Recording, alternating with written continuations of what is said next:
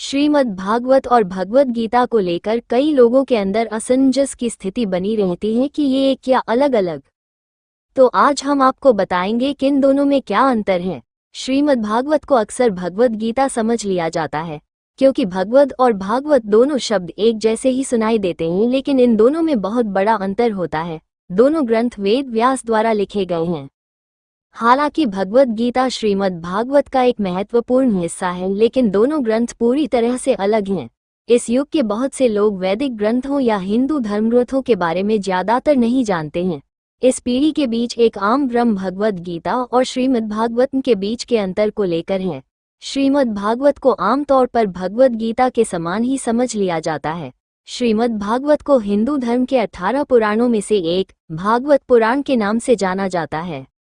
भगवत गीता ये 700 श्लोकों का एक संक्षिप्त ग्रंथ है जो महाभारत के भीष्म पर्व का हिस्सा है। यह अर्जुन और भगवान श्री कृष्ण के बीच संवाद के रूप में प्रस्तुत किया गया है। यह एक विस्तृत ग्रंथ है जिसमें 12 स्कंद खंड और 18,000 श्लोक हैं। यह मुख्य रूप से भगवान श्री कृष्ण के जीवन और लीलाओं का वर्णन करता है। उद्देश्य भगवत गीता, इसका मुख्य उद्देश्य जीवन के नैतिक और दार्शनिक पहलुओं को समझाना है। इसमें कर्म, भक्ति, ज्ञान और योग के विभिन्न मार्गों का वर्णन है। श्रीमद् भागवत ये भगवान श्री कृष्ण की भक्ति और उनके चमत्कारों पर केंद्रित है।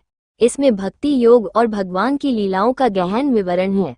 भक्ति का स्तर भगवत गीता ये भक्ति को एक मार्ग के रूप में प्रस्तुत करती है, लेकिन इसमें ज्ञान और कर्म का भी महत्वपूर्ण स्थान है।